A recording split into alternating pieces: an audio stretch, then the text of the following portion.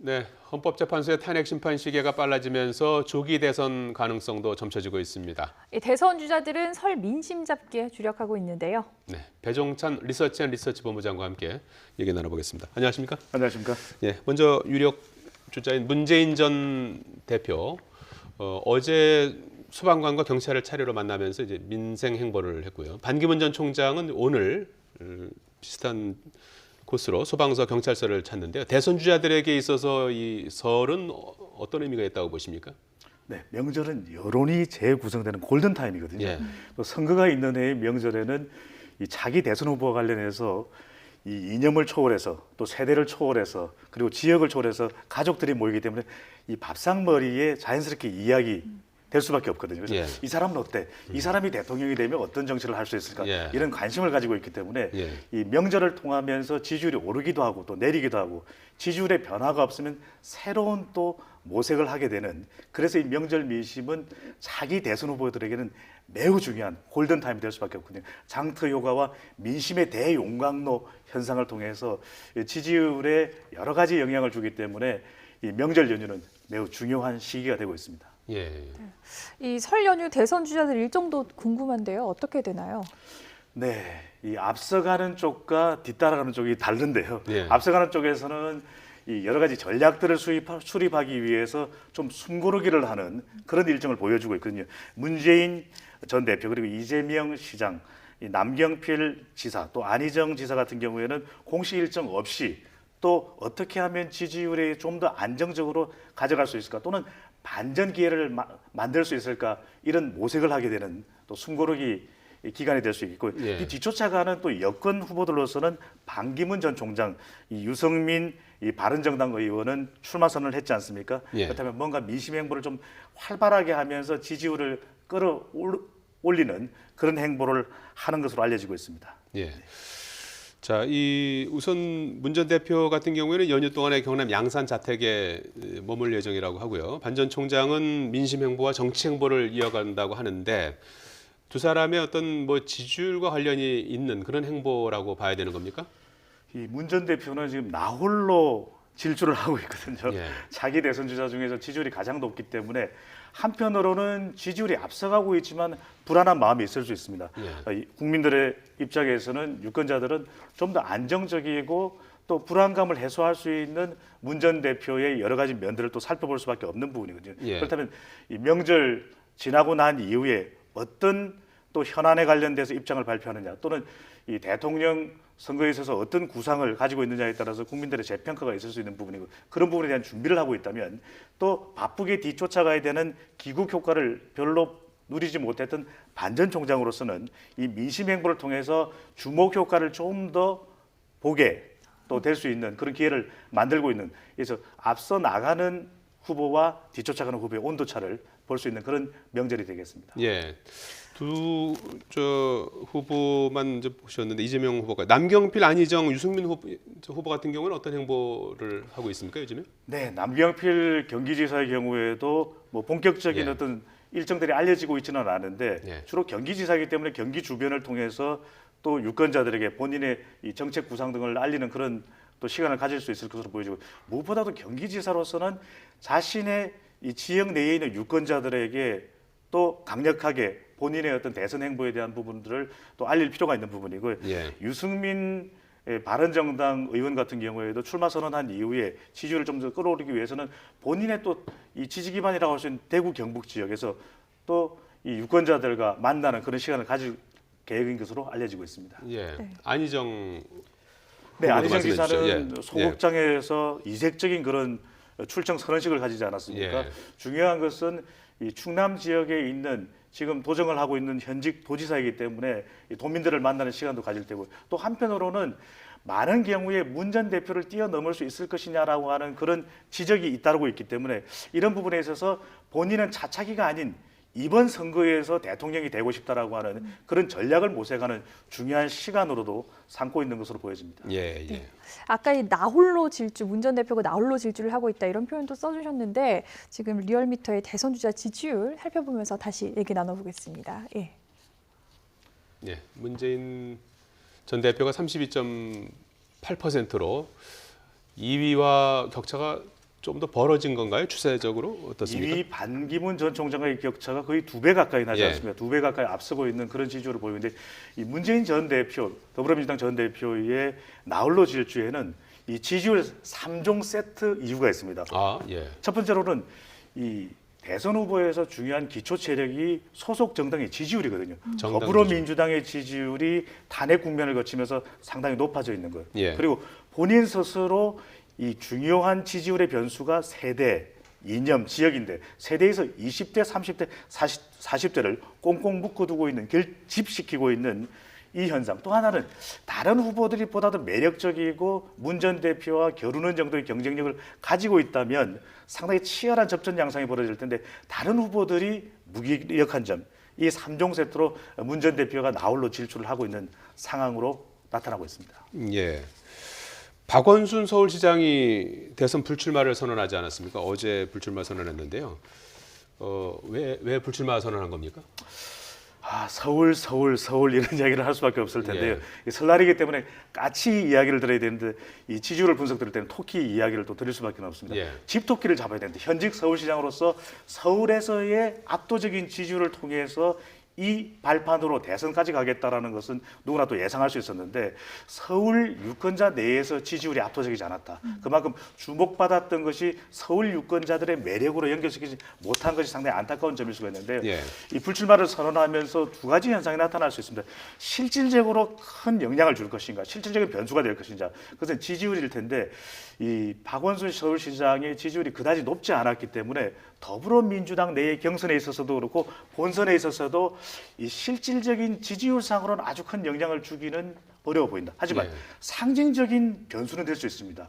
왜냐하면 현직 서울시장이 상당히 국민들로부터 주목을 많이 받는 자리인데 흥행할 수 있는 더불어민주당 경선에 참여하지 않고 있다는 점, 영향을 줄 수 있는 부분이고요. 또 만에 하나라도 지금은 이 경선에 출마하지 않고 시정에 전념한다고 하지만 앞으로 전국이 어떻게 흘러가느냐에 따라서 다른 행로를 선택할 수도 있는 부분이거든요. 예, 다른 행동이라고 그러면 어떤 겁니까? 안철수 전 대표로부터 또 러브콜을 받을 수도 있는 부분입니다. 예. 이전에 내가 도와주지 않았냐, 한 번만 도와줘. 예. 이런 이야기도 할 수 있는 부분이고 만약에 더불어민주당에 소속돼 있는 시장으로서의 판단이 아니라 예. 다른 선택을 하게 될 경우에 제3지대나 이 참여를 하게 될 경우에 빅텐트에 참여를 할 경우에 전국에 큰 상징적인 변화를 불러올 수가 있거든요. 본인이 출마를 하지 않더라도 그렇습니다. 변화를 줄 수 있는 촉매제 역할을 할 수 있다 이런 말씀이시죠? 그렇기 때문에 향후 박원순 시장의 행보는 이 상당히 좀 주목할 필요가 있어 보입니다. 예. 네, 또 이번 여론조사에서 눈에 띄는 부분이 이제 반기문 전 총장 지지율은 떨어지는데 이 황교안 권한대행 지지율이 오르고 있다는 부분인데요. 네, 반지고 황 뜨는 현상인데요. 아, 예. 이 보수 좀 지지층들의 약간 옮겨간 걸로 봐야 되는 겁니까? 그렇습니다. 예. 황교안 권한대행이 대통령 권한대행이기 때문에 국무총리보다는 더 주목받게 되는 것이거든요. 예. 바로 보수층의 틈새 시장을 파고든 것입니다.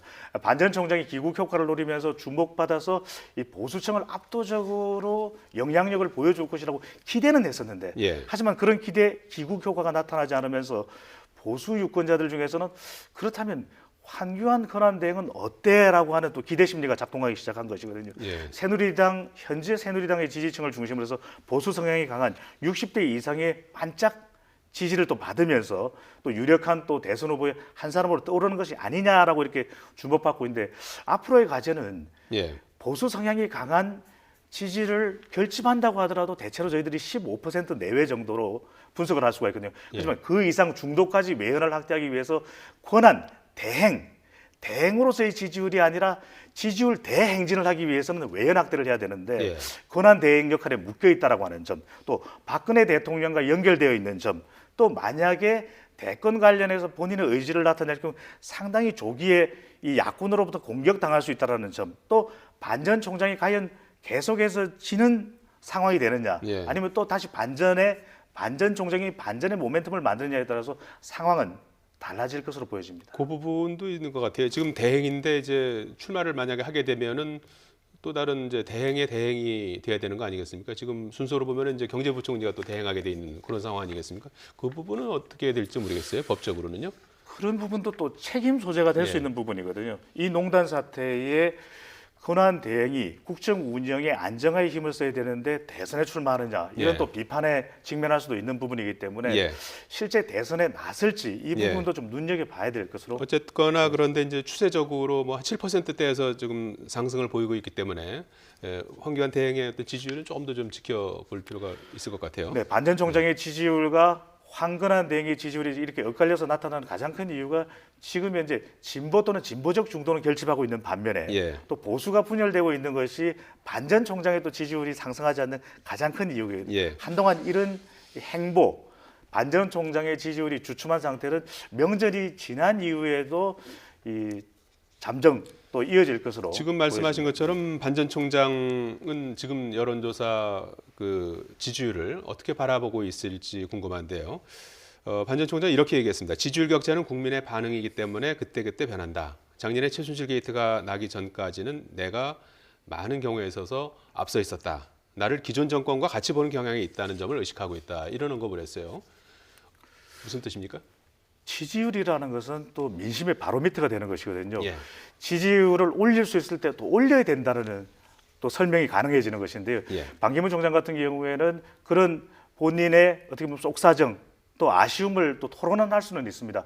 이 국정농단 사태가 벌어지지만 않았더라도 반 전 총장의 지지율은 또 상당히 높았던 적이 있었거든요. 예. 그때는 박근혜 대통령의 콘크리트 지지층을 한 축으로 가져오고 또 보수 결집으로서 또 지지층을 가져올 수 있다는 점 때문에 양대 산맥이 살아있으면 지금은 양대 산맥이 붕괴된 그런 상황입니다. 예. 그렇다면은 반 전 총장으로서는 여론 지지율이 오르지 않는 데 대해서 아쉬움을 표현할 수는 있겠지만 그렇지만 또 아쉬운 것은 지지율이 오르기 위해서는 처음에 주목받을 때 이것을 매력으로 연결시켰어야 되는 것인데 귀국한 이후에 본인이 그런 사무총장으로서의 화려한 경력을 매력으로 연결시키는데 조금 치밀하거나 정교함이 좀 부족했다.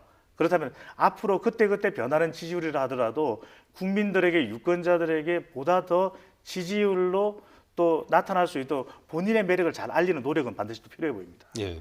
아까 이 설 연휴가 굉장히 이제 중요한 지점이다 이렇게 말씀하셨는데 연휴 동안 지지율 어떻게 변할 것으로 예상하시는지. 네, 역대 이 명절 민심, 역대는 대통령 선거가 12월에 있었기 때문에 네. 추석 민심이 매우 중요했었거든요. 그렇다면 앞으로 이 명절 민심에서는 국민들이 바라볼 때 얼마만큼 안정적인 그런 대통령감이냐 또는 경제 또 정치 또 사회와 관련된 각종 현안 민감한 그런 이슈들이 있지 않습니까? 어떻게 하면 대통령으로서 그런 것을 풀어나갈 수 있는 통치 능력을 가지고 있느냐에 대해서 응답하고 또 친척 또 가족들과 모여서 이야기될 때 가장 그런 뚜렷한 점을 볼 수 있는 대선 후보 쪽으로 더 지지율은 옮겨갈 수가 있는 것이거든요. 이 중요한 것은 향후에 얼마만큼 대선 후보들이 그런 점들을 국민들에게 잘 표현해 줄 수 있느냐, 전달해 줄 수 있느냐가 이 명절을 통해서 밝혀질 것으로 보여집니다. 그 메시지와 함께 이제 지금 반 전 총장 측에서 신경을 쓰고 있는 것이 이제 연대 같아요. 제3지대에서 연대를 할 가능성이 이제 많이 점쳐지고 있는 상황인데 김종인 전 대표하고 안철수 전 대표에게 함께 가자는 메시지를 던졌고 오늘은 손학규 국민주권개혁회의 의장과 만날 계획인 것으로 지금 뭐 만났는지 시간은 정확히 잘 모르겠습니다만 만난다고 하는데 어떻습니까? 그 연대 가능성과 그 지지율의 어떤 뭐 추가 상승 여력이라든지 이런 것들 어떻게 보십니까? 연대 가능성에서 두 가지는 가능성은 있습니다. 예. 하지만 가능성은 열려 있는 것이 지금 연대의 모양이 문재인 전 대표 앞서가고 있는 것에 대해서 일종의 비문, 반문 세력의 결집으로 보여지는 것이거든요. 예. 그렇다면 여러 명의 사람들이 힘을 합해야 되는 것이기 때문에 각자의 이해관계를 과연 뛰어넘을 수 있는 합의를 도출할 수 있느냐가 중요한 것이고요. 또 중요한 이런 이 협력의 기준이 되는 것이 개헌이 되는 것인데 개헌이 되려면 국민들은 또 다른 현안에 대해서 명절 동안 매우 관심이 많습니다. 경제, 먹고 사는 문제, 여러 가지 또 불확실성 시대를 해소할 수 있는 그런 부분에 대해서 이 연대의 모임이 그 불확실성에 대해서 해소시켜 줄 수 있는 뚜렷한 대안을 내놓는다면 국민들은 또 다른 대안으로서 제3지대에 대해서 주목할 수 있고 빅텐트에 주목할 수 있지만 불협화음이 나오게 되고 내놓는 대안이 보다 더 설득력이 없다면 국민들은 또 한 번 더 고민이 있을 것으로 보여집니다. 예. 이 유승민 바른정당 의원도 대선 출마 선언했는데 아직 지지율 낮은 상황인데 이 지지율 어떻게 해야 될까요? 유승민 전 원내대표, 새누리당 원내대표, 바른정당 의원인데요. 대선 출마를 선언했습니다. 여기서 중요한 것이 얼마만큼 본인이 가지고 있는 한계를 한계점 극복이 관건이 될 수밖에 없는데요. 네. 박근혜 대통령과 또 연결돼 있는 부분이 있습니다. 각을 세웠다라고 하는 점 등이 보수 진영에서는 또 부정적인 것으로서 보여질 수가 있는 부분이고, 또 하나는 주로 지지율이 이 지역인 TK에 국한돼 있고 전국화가 아직 되지 못하고 있다는 점이 있거든요. 또 하나는 같은 영남권 내에서도 PK 지역에서의 지지를 끌어내지 못하고 있는 점. 그렇다면 앞으로 이 반전 총장도 있고 황교안 권한 대행도 보수층으로부터 지지를 받고 있는데, 보수 진영의 지지를 받고 그 이후에 또 전국화 또는 중도 외연을 확대해야 되는 유승민 이 의원이 예. 과연 이것을 이번 선거에서 해낼 수 있느냐, 예. 아니면 보수 유권자들의 판단은 유승민 의원 괜찮은데 이번보다는 다음 기회냐라고 하는 것에 이 분수령이 될 것으로 보여집니다. 예. 잘 알겠습니다. 전국 소식 배정찬 리서치 본부장과 함께 짚어봤습니다. 고맙습니다.